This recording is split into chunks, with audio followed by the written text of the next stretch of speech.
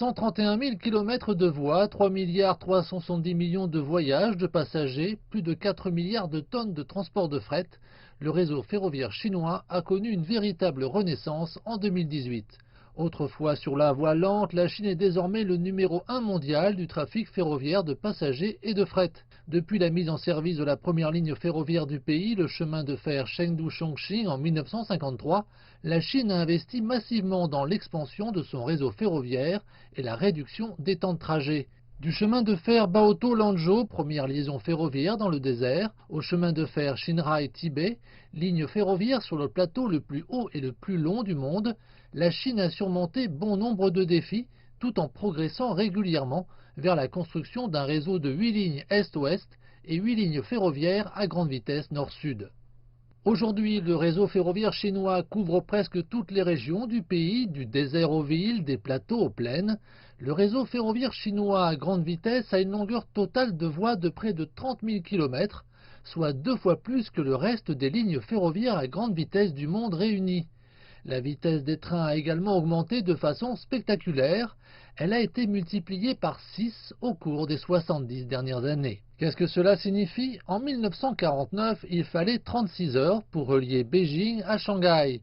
70 ans plus tard, la durée de ce même trajet n'est plus que 4 heures et 18 minutes grâce au train Fuxing qui circule à 350 km par heure. Et l'avenir pourrait être encore plus étonnant.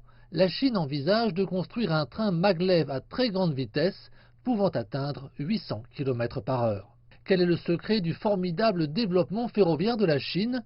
Contrairement à certains pays développés où la construction de nouvelles voies ferrées est souvent principalement motivée par les profits, le désir d'améliorer la qualité de vie et les opportunités des gens est le moteur de l'expansion des infrastructures en Chine.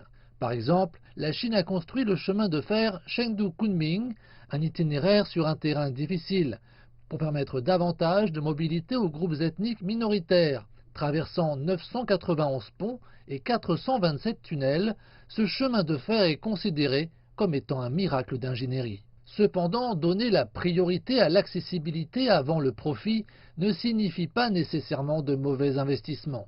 La Chine a élaboré un ensemble de normes pour les trains à grande vitesse, les chemins de fer des plateaux, les transports routiers lourds et les chemins de fer dans des conditions extrêmes. Et cette normalisation a entraîné d'importantes économies. Même la Banque mondiale a salué la construction ferroviaire de la Chine.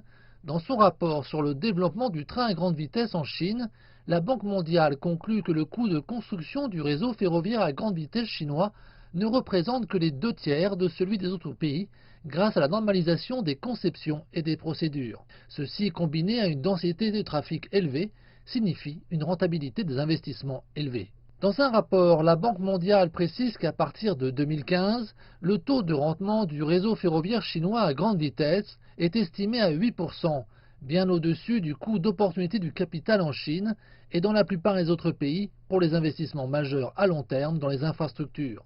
Le taux de retour élevé, à son tour, a contribué à davantage d'investissements dans le rail, accélérant encore le développement de la Chine. La vitesse de la croissance de la Chine a stupéfié le reste du monde et un aperçu de la construction ferroviaire en Chine permet d'expliquer ce qui soutenait le voyage rapide du pays au cours des 70 dernières années.